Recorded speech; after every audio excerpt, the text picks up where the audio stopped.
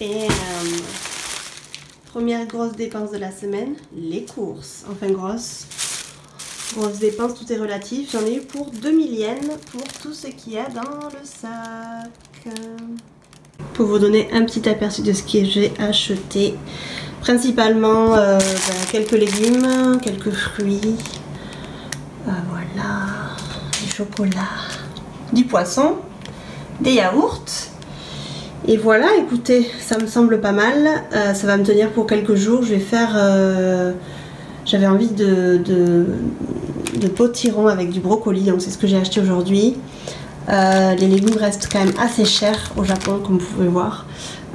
Mais bon, c'est la vie. Voilà, donc pour tout ça, j'en ai eu pour 15 balles. Je vais vous mettre la conversion en bas, mais ça fait 2000 yens. Voilà.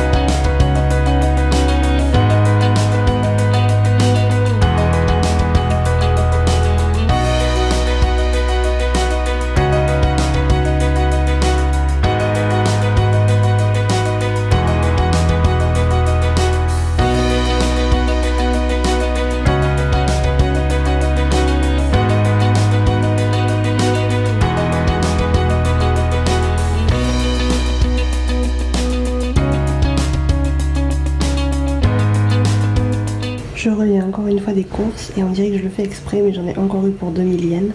Donc vous pouvez voir un petit peu tout ce qu'il y a là. Du lait de soja, un petit peu de bœuf, du beurre. Ça c'est de la salade de citrouille, du tofu, du kimchi, un kiwi, un peu de salade, banane, brocoli. Tout ça pour 2000 yens.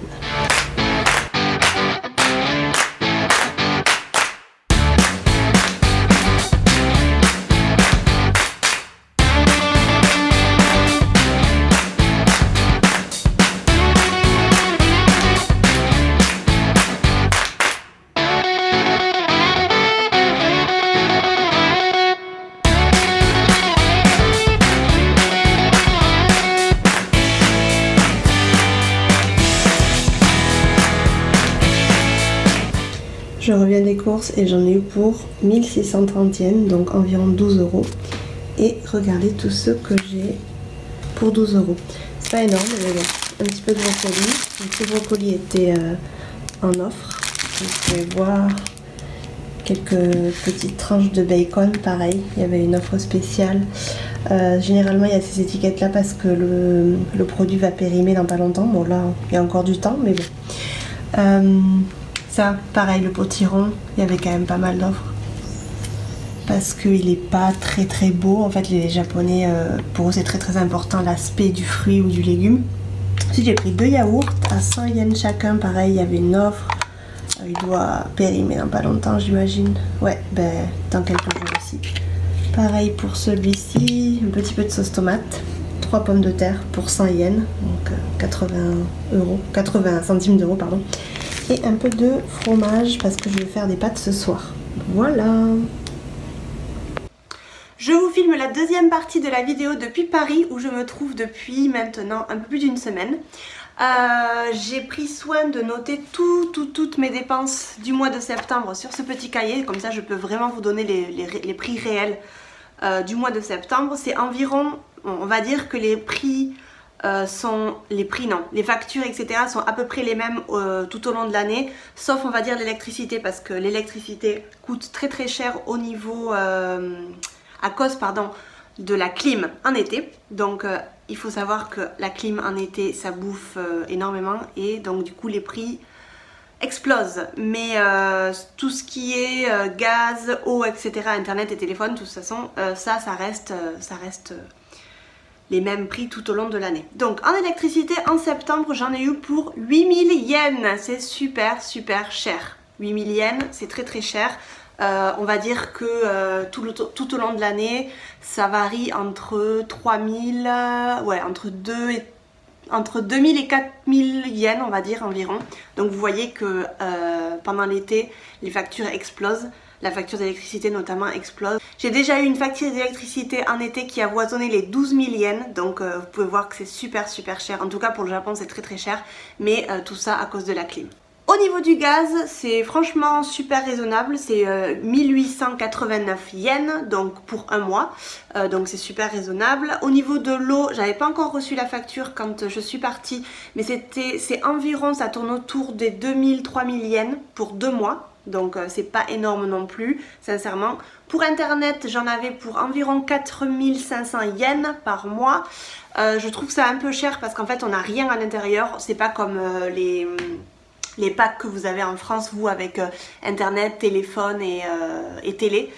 Nous on a que internet, ça a coûté 4500 yens et sincèrement je trouvais que la vitesse était pas si folle que ça. Je mettais toujours environ 2 heures pour uploader des vidéos alors qu'ici je mets 10 minutes. Donc franchement le mythe de l'internet au Japon c'est pas toujours vrai.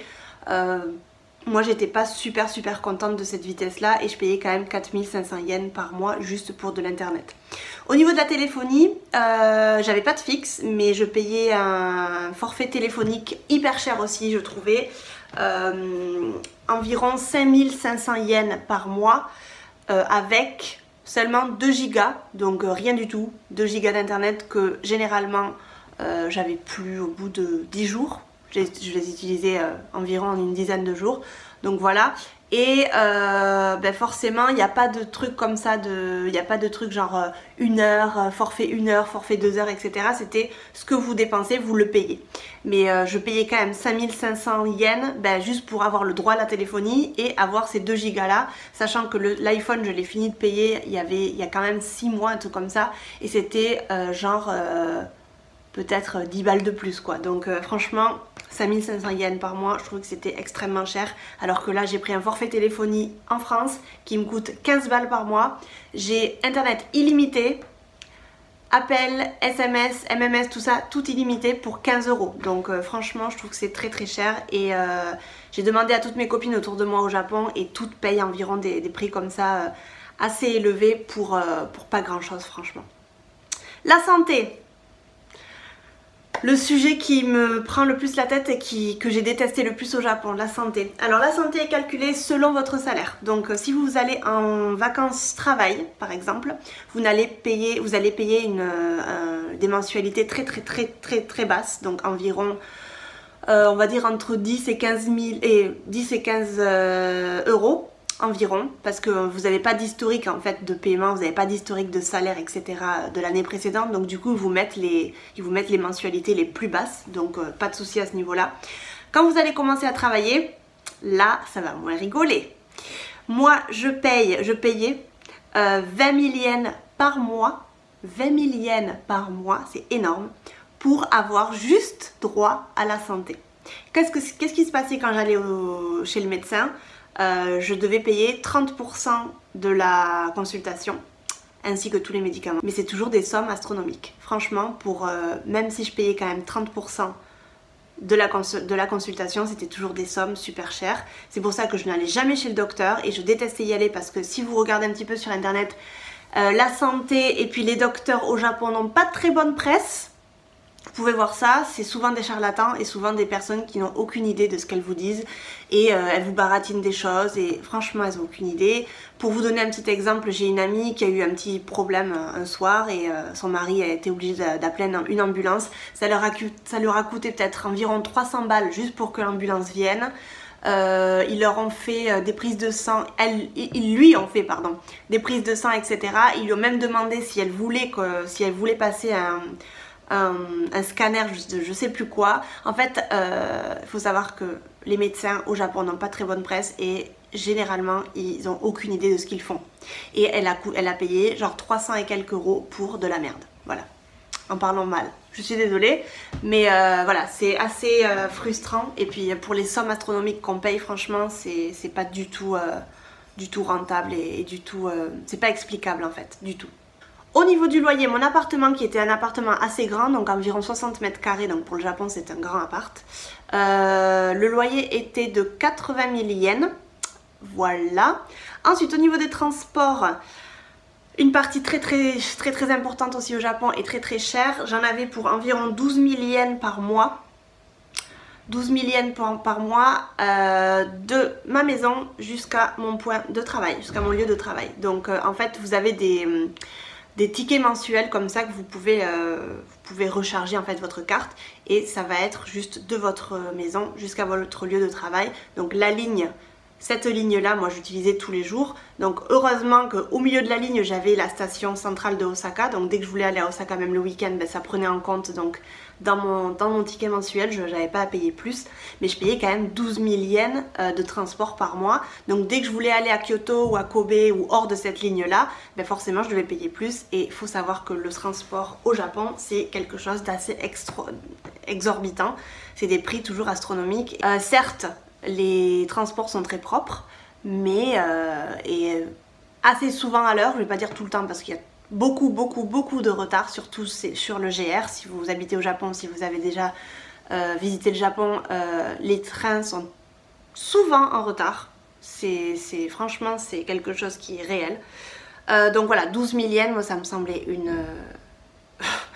ça me semblait vraiment trop cher. Il faut savoir que la majorité des entreprises payent le transport aux employés, mais mon entreprise ne me payait pas le transport, donc c'était de ma poche. Voilà, 12 000 yens, très cher. Très cher.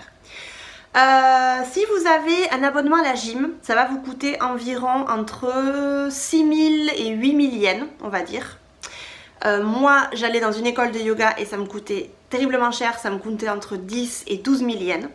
Donc voilà. Pour aller au yoga une fois par semaine, super cher. Si vous avez envie de louer une place de parking parce que vous avez une voiture, vous en aurez aussi environ pour entre 10 et 15 000 yens. Voilà. Et puis pour la bouffe, ben, je vous ai mis les clips avant, donc pour que vous fassiez une idée un petit peu de ce que je dépensais au quotidien. Au niveau des salaires, je peux pas vraiment vous en parler parce que c'est vrai qu'il y a des salaires très différents les uns des autres. Il n'y a pas de SMIC comme on a nous en France, mais il y a un salaire horaire minimum. On dit comme ça un salaire horaire, un salaire à l'heure en fait, minimum, et ça dépend de toutes les régions. Donc ça vous pouvez jeter un coup d'œil sur internet et selon la région vous avez un salaire à l'heure. Il me semble, je suis pas sûre du tout, mais il me semble que dans la région d'Osaka le salaire minimum à l'heure était de 950 yens, mais encore une fois je veux pas dire de bêtises, mais il me semble que c'était 950 yens de l'heure. Voilà. Si vous avez vécu au Japon, n'hésitez pas à me mettre un petit peu vos impressions aussi sur le coût de la vie au Japon. Moi je trouve que le coût de la vie, certaines choses sont très chères et certaines choses sont pas chères du tout. Donc par exemple manger c'est très facile et c'est vraiment pas cher, mais tout ce qui est santé, transport, je trouve que c'est vraiment super cher. Au niveau des impôts, encore une fois, ça dépend de votre salaire, bien sûr. Moi, mensuellement, je payais environ, il me semble que c'était 12 000 euros, 12 000 yens d'impôts par mois. Il me semble, hein, je crois que si je dis pas de conneries. Voilà. J'espère que cette vidéo vous aura plu. N'hésitez pas à la partager sur vos réseaux sociaux. N'hésitez pas à appuyer sur le petit pouce bleu. Et n'hésitez pas à vous abonner si cela n'est pas toujours fait. Je vous embrasse très fort et je vous dis à la prochaine dans une nouvelle vidéo. Bye!